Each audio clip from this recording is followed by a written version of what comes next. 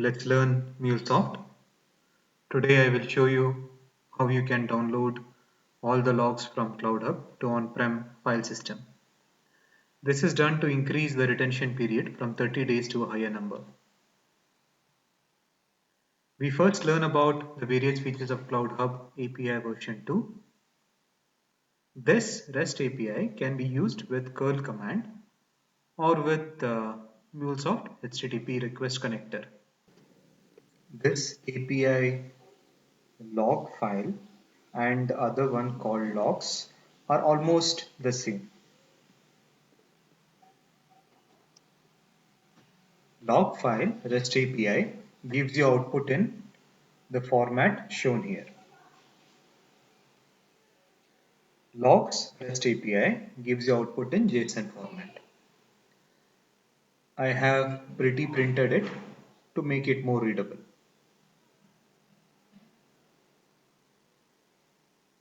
You can use Chrome DevTools to learn more about the different APIs that you get in the background that gets called in the background when you click on various interfaces of any point.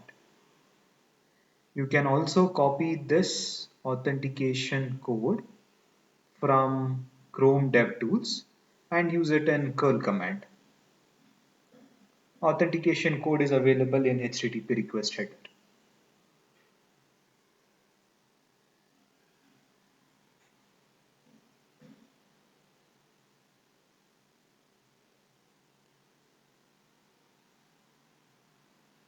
I forgot the path to query parameters. I knew it was somewhere under attributes, so I created a flow and printed out all the child elements within attributes. That's shown on screen. I then listed all the applications in the organization and environment. I see that 3 apps are listed in dev environment. I then list all the deployments done for this particular application. There's about 6 deployments. I've hidden some details of the deployment ID due to security concerns.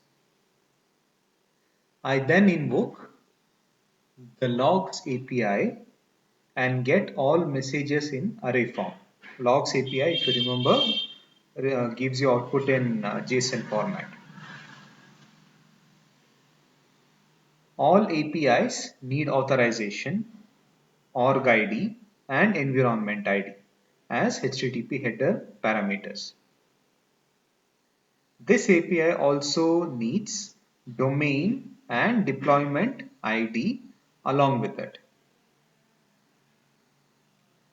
This is the final curl script that gets generated from MuleSoft application.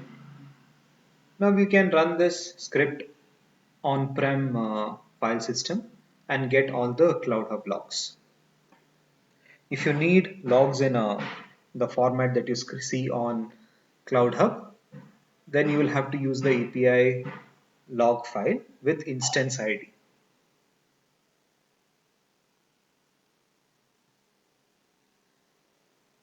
This is how the project is structured. We have a global.xml file to store all mule configurations and reuse them in multiple places. And there is a config-dev.properties to store various externalized properties of the application. And there is a script-logs.txt file as a template to be used in DataWeave code. We replace the placeholders such as domain, create time with actual values within a for loop. This is the final Mule application, a Mule flow with various variables and 2 HTTP request parameters, 2 for each loops. The first HTTP connector is used to list all the applications, and the second HTTP connector is used to list the deployments of individual application. I have later created a third for loop which lists all the different workers within the deployment ID.